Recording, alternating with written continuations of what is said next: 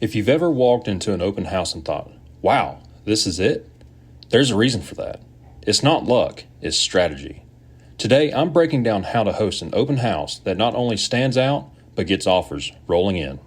Welcome to The Outdoor Agent, where real estate and the great outdoors meet. I'm Dakota Oshley, real estate professional from Griffin, Georgia, and I have a passion for tracking down more than just the perfect property. Here we're going to explore not only the world of real estate, but also dive into a bit of the outdoor life that I enjoy. Whether you're here for real estate insights, a few laughs, or stories from the field, you're in the right place. So let's get into it. What's going on, guys? I hope everyone has had a great week. Today is Veterans Day, and I just want to take a moment to thank all of our veterans that have served our great country and all the men and women of the armed forces that are currently serving as well. Thank you for what you do and what you allow us the freedom to do every day. We do not take it for granted. So I want to talk today on why open houses matter. Well, let's start with what the benefits of an open house is. An open house is an event to draw in as many potential buyers in your market as you can and get their eyes on your property and show them, hey, this is the property for you.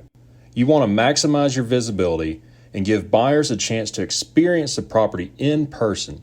Give them the time that they need to envision themselves living there and growing their families and spending their time at this property. You don't want it to be a 10-minute walk through, oh, we'll go look at something else. You want them there and to hold them and hold their attention to give them the most time at your property as possible. You also want to have as many buyers there at the same time as possible to create a sense of urgency and to make them think that if they do not act on this property, one of the other buyers that they are standing in the same house with might just put an offer in and beat them to it. So how do you go about reaching the audience that you are after? Well, it really comes down to your marketing strategy before the open house even starts. Preferably, you have about 2 weeks to promote and advertise that you are holding an open house and create the buzz that this is an event that they have to be at if they want to see this property. So how do you go about doing this? Well, social media is free for the most part and has the largest reach of anything that you can do. Making a Facebook event, posting multiple times about the open house and the property itself, Instagram, TikTok, Facebook, LinkedIn. I mean, put it on your Google page. It needs to be everywhere. Also, put it on the multiple listing service or your MLS that you're holding an open house. From there, it'll IDX or push out to Zillow and realtor.com and homes.com and all the other IDX platforms that pull from the MLS. You want this everywhere, and you need time to get the word out. You can also send invites to the neighbors, mailers, postcards, even door knocking. Go around the neighborhood or surrounding areas if it's not in a neighborhood, and let the neighbors know that you're holding an open house. You never know. They might just show up and see how you hold your open house because they might be interested in selling their property and shopping for a listing agent and trying to see who they want to work with and who will put in the effort and get as much attention to their property as possible. But the biggest thing that I'll point out for the marketing side is you need time to be able to get the word out. This is hard to do if you have an open house just fall into your lap and you only have 2 or 3 days to prepare. Now, what else do you need to be focusing on before the open house? Well, you need to be prepping the property. You need to walk through the steps for staging the home, like decluttering or depersonalizing. It's hard for a buyer to envision themselves living in the home when you have 25 pictures of your family on the mantle. Now, that doesn't mean you have to take every personal piece of your home and put it away in the closet, but you want it to be a little more toned down to where a buyer can walk through the property and see themselves living there, not the current owner. Because when they see all of your stuff, they can't envision their stuff being there. You also want to have the property as clean as possible. curb appeal and the first impression as you walk through the door matter. Is the grass cut? Is the driveway clean? Is the bushes trimmed? Is the carpets vacuumed? Is there stuff laying around? Like, you just want to make sure that you're giving the best impression of your property when an open house is possible. It needs to look good. It needs to smell good. And that's a big thing. Do you have pets? Are the pets going to be there? Are you going to know that pets are in the house as soon as you walk in the door and you get punched in the face with the litter box smell from the garage? These are all things that a seller and listing agent need to go through before holding the open house, and to make sure the property is at its best for when the open house occurs.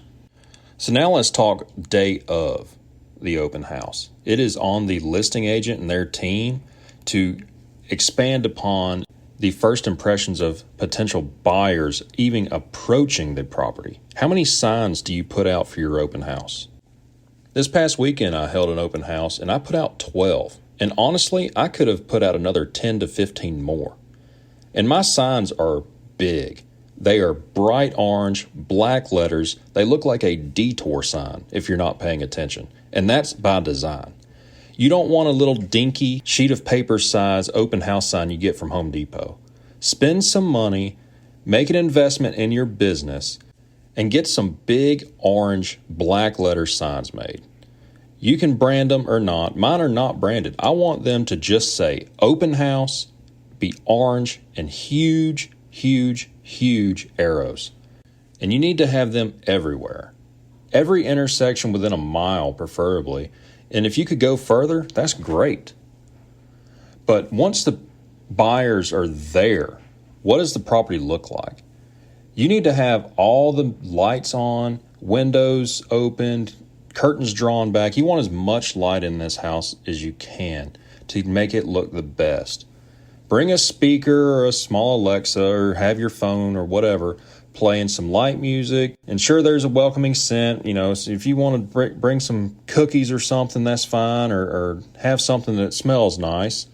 And you want your brand everywhere. This is your chance to promote not only your property, but yourself. Every room should have something with either your logo or your name on it, whether it be a home evaluation QR code or an About Me bio. Go to Office Depot or Amazon and get some of those 8.5 by 11 display holders. You can get a pack of 12 for like $30 and have stuff printed out everywhere in the house. If there's TVs, don't just have them turned off. Shoot a video. Shoot an ad for yourself. Have your face everywhere. You want to be the local expert for your area. And what is the best way to let people know that? Is to give them information when they're around you, or give them information when they see you. And if they're at your open house, you need to be giving information away. Not only about the property, but of the local area, of the neighborhood. What's the average home price in this area? What can you get for X dollar amount? How long are they sitting on the market? Have that information ready and discuss it. Or have a video shot for that area playing on every TV in the home. Now, as you have people coming in, you don't need to be that guy that just runs up to them. Hey, I'm glad you're here. Do you want to buy this house? You need to welcome them and acknowledge that they're there and give them their space. I have clipboards ready with feedback sheets or pros and cons or likes and dislikes, however you want to word it. And I just hand them a clipboard, say, hey, while you're walking around, if you wouldn't mind, jot down what you like or what you don't like. And if you're interested in entering our giveaway, I'm giving away a gift card or a Yeti cooler or whatever you decide to give away. If you would just fill out the information at the bottom, I have a set of scissors over next to where my desk is set up at. We can cut that off and enter you into the drawing. Thank you for coming, and I hope you enjoy the house, and let me know if there's anything I can do or any questions that you may have that I can assist with. And then you just let them go. You don't need to follow them around and stay up their rear end, because hopefully there's a lot of other people that you're having to greet. Now, I might add that if you have a larger property or a larger tract of land, you might need to do more guided tours. But for just a house, you can let people wander around and see what they want to see, enjoy the time while they're there. You don't want it to be pressured. And hopefully, once they're touring the home and have come back, they're bringing you your clipboard with the feedback that you want to give to your sellers, as well as their information so you can get them entered for the giveaway. And oh, by the way, that information will go into your CRM and you will follow up with them later. And now you're just offering them if they would like a drink or a bag of chips or a cookie or whatever snacks you might have, and asking them and try to get an organic conversation started. Some people may just be ready to leave, and that's fine. Other people may want to sit around and talk, and that's when you get the opportunity to gauge their interest and ask if they're already working with a buyer's agent.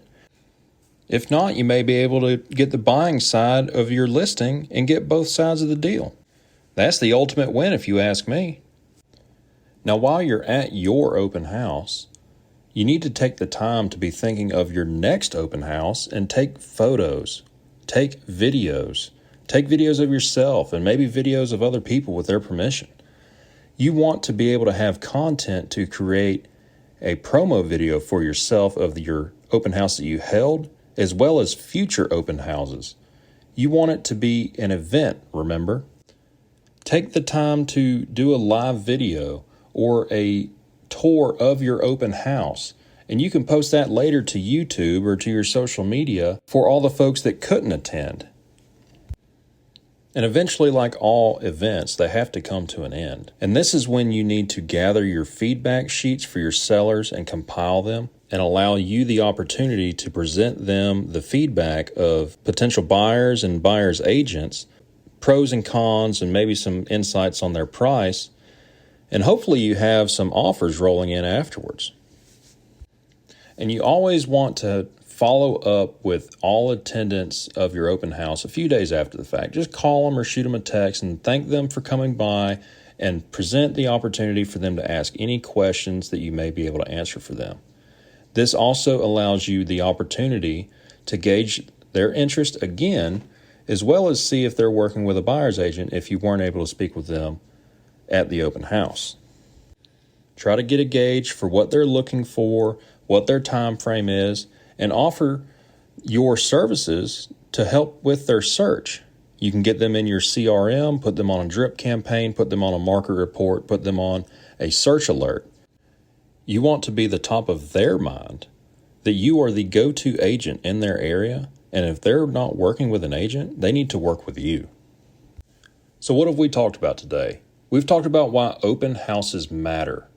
We talked about the pre-open house game plan and how you can properly market your open house to make it the event that you want it. We've talked about how to prep the property to give the best first impression possible for buyers as they approach the property and the neighborhood. We talked about signs and atmosphere. We've talked about engaging with the visitors. We talked about giving them the space they need to have their own tour and to create their own impressions of the property. We talked about using technology and QR codes and having your own brand everywhere in the property so you stay top of mind with the people in your market. We talked about gathering feedback and how to get the leads in a less intrusive way and following up with those leads after the fact and getting them into your CRM and on a drip campaign and having the conversations with them to find out where they're at in their buying process. And I hope that you're able to take some of what we've talked about today and implement it into your next open house to turn it into the mega event that we've dreamed of and that we've talked about. And that's really all I've got for today's episode, guys. I spent my last weekend doing an open house, and I'm following up with the leads that I did get. I'm Dakota Oshley, the outdoor agent, signing off from Griffin, Georgia. And remember, whether you're tracking trophy game, scouting for your next dream home, searching for your next real estate investment, remember, every hunt has a story. We'll see you next time.